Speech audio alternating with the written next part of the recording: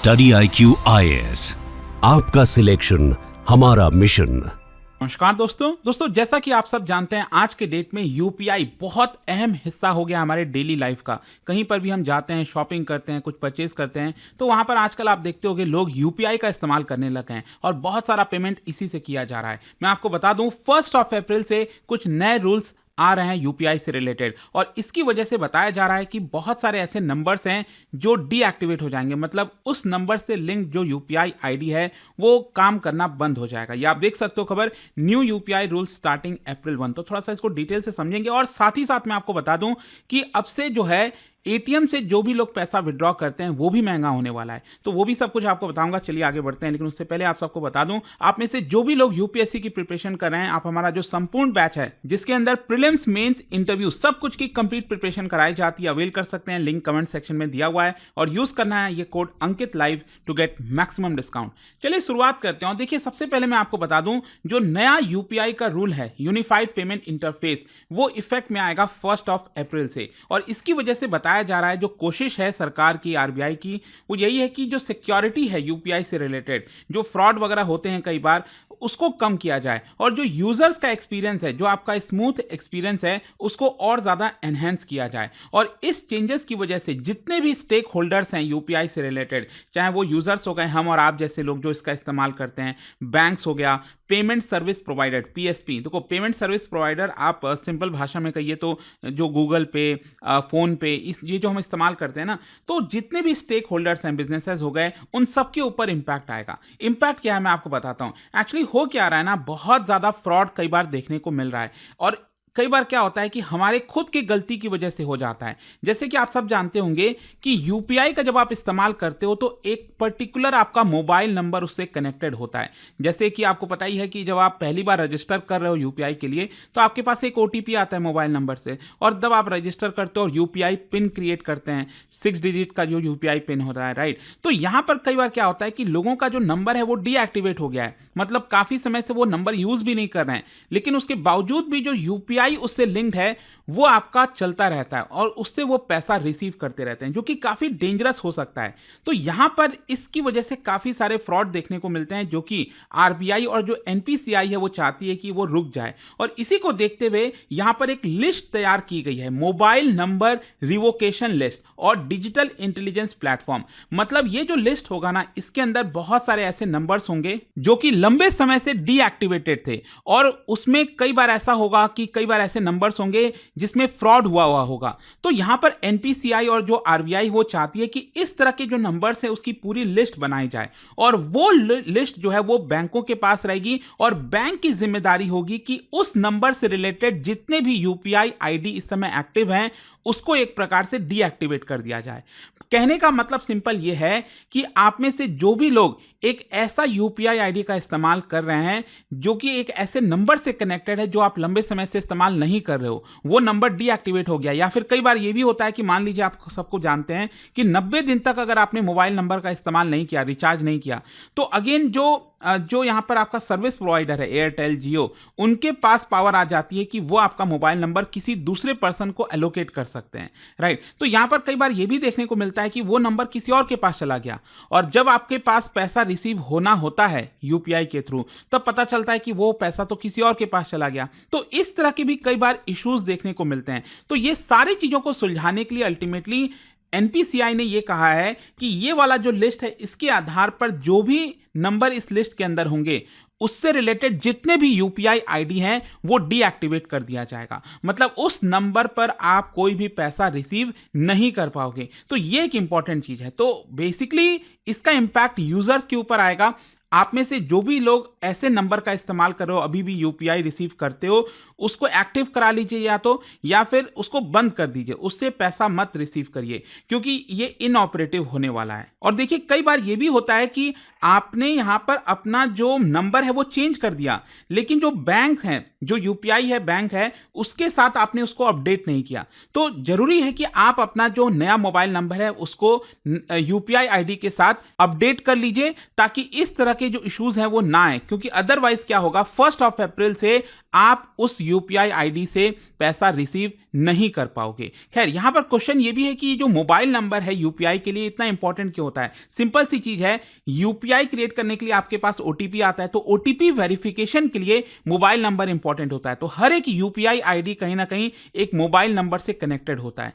तो यहां पर अगर आपके पास वो सही मोबाइल नंबर नहीं है तो तुरंत उसको सही कर लीजिए। ये एक इंपॉर्टेंट चीज है। अब इसका इंपैक्ट बैंकों के ऊपर भी आएगा। अब देखिए क्या है ना, जो बैंक्स हैं वो चाहते हैं कि अनऑथराइज्ड ट्रांजैक्शंस ना हो, क्योंकि जितने भी फ्रॉड वगैरह होते हैं वो केसेस बैंक के पास जाते हैं, बैंक का काफी ज्यादा टाइम आ जाता है उसके अंदर इश्यूज को रिजॉल्व करने के लिए। तो ये सारी चीजें सुधर जाएंगी और साथ ही साथ यहां पर बैंक के पास एक एक्यूरेट डेटा होगा। अभी तक क्या है, बहुत सारे इश्यूज हैं तो वो एक्यूरेट डेटा नहीं हो पाता था। हाँ, ये बात सही है कि बैंकों के ऊपर इंफ्रास्ट्रक्चर का बर्डन आएगा, क्योंकि ये जो लिस्ट मैंने आपको बताया कि इस लिस्ट के आधार पर आपको अपडेट करना होगा जितने भी यूपीआई आईडीज हैं, तो ये वीकली बेसिस पर करना होगा सभी बैंकों को, ये मैंडेट कर दिया गया है। तो ये बैंकों के ऊपर थोड़ा सा बर्डन आएगा। फिर इसके अलावा अगर हम पेमेंट सर्विस प्रोवाइडर्स की बात करें, गूगल पे वगैरह, फोन पे की अगर हम बात करें, तो उनके लिए भी अच्छी चीज है, क्योंकि जो ट्रांजेक्शन्स फेल होते थे कई बार, वो इसीलिए हो जाते थे। कई बार आपने देखा होगा, आप किसी को नंबर पे सेंड कर रहे हो यूपीआई, 200 रुपए सेंड कर रहे हो,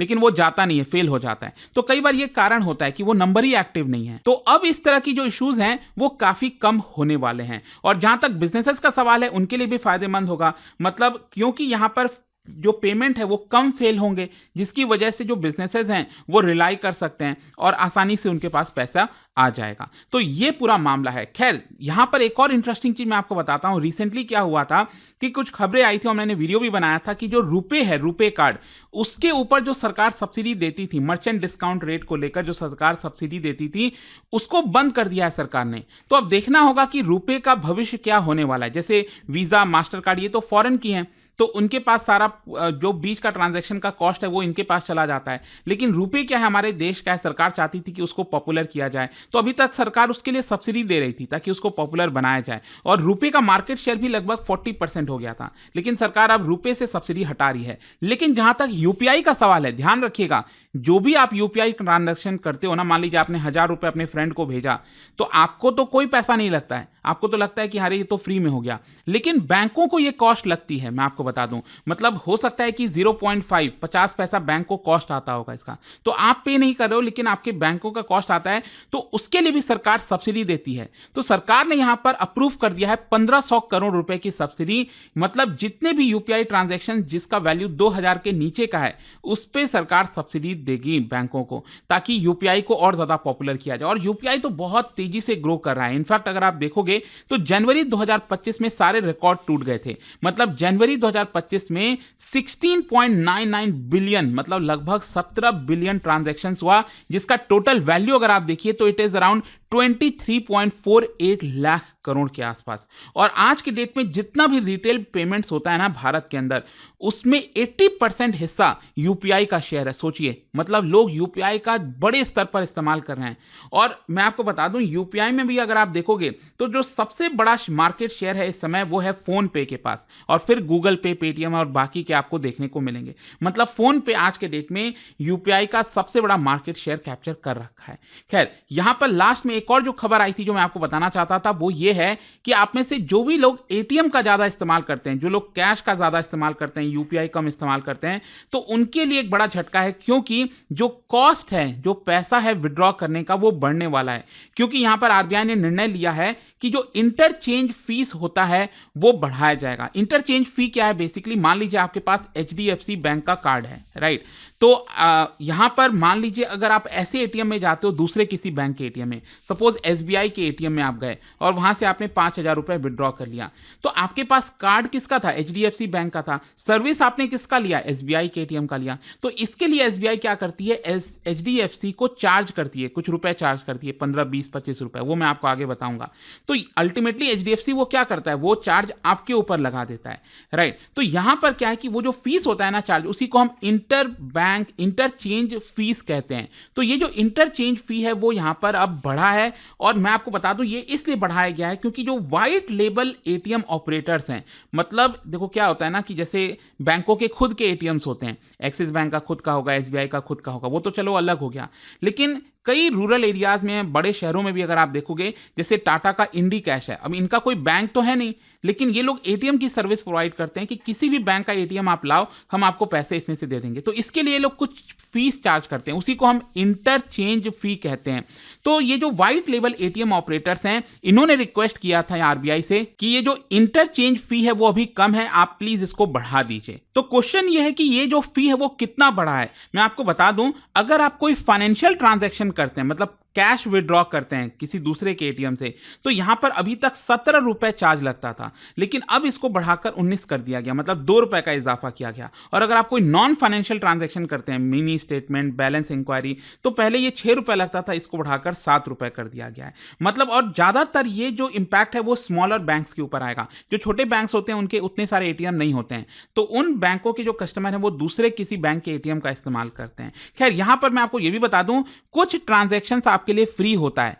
जैसे कि अगर आप मेट्रो शहर में हो, दिल्ली, चेन्नई, कोलकाता, बेंगलुरु, हैदराबाद, ये मेट्रो शहर में अगर आप रह रहे हो, मुंबई में भी, तो यहां पर आपको 3 ट्रांजैक्शंस फ्री मिलता है। किसी दूसरे बैंक का एटीएम अगर आप इस्तेमाल करते हो ना, तो आपको 3 ट्रांजैक्शन फ्री मिलेगा और आपका बैंक चार्जेस बेयर करेगा। उससे ज्यादा अगर आप ट्रांजैक्शन करते हैं तो ही आपके ऊपर चार्ज लगने वाला है। और जो नॉन मेट्रो शहर हैं, बाकी के जो जितने भी देश के अंदर जगह है, वहां पर 5 ट्रांजैक्शंस फ्री होता है। ये महीने की हम बात कर रहे हैं, राइट। अच्छा, यहां पर कई लोगों का क्वेश्चन ये भी होता है कि कई बार ट्रांजैक्शन फेल हो गया, क्या तो भी आपको इंटरचेंज फी देनी पड़ती है?